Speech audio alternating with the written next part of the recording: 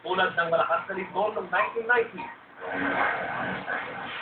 at ang pagputok ng Pinatubo noong 1991.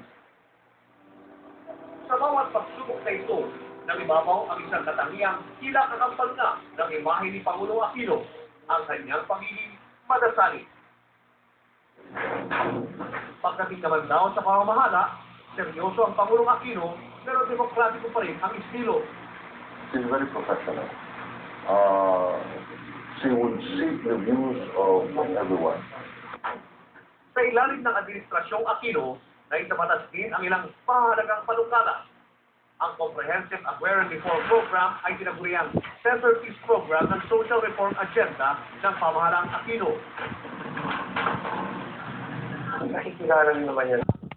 Sa makasaysayang pagmamalis ng base militar.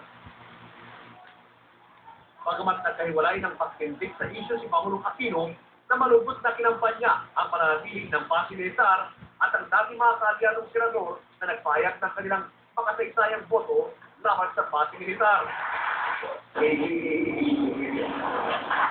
Pasko naman! Iyan ba ng sapong-saring problema at pawalakan ng Aquino. Sa huli, di pa rin naman daw matatawaran ang mga naambag niya sa demokrasya.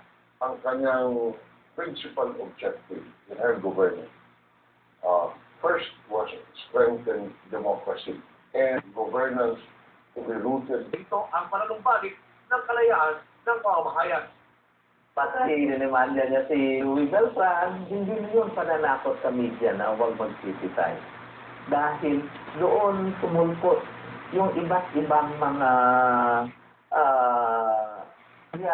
iba't ibang mga diaryo at ekspresyon, no? Na talagang malayang sasabihin ang gusto nilang sabihin.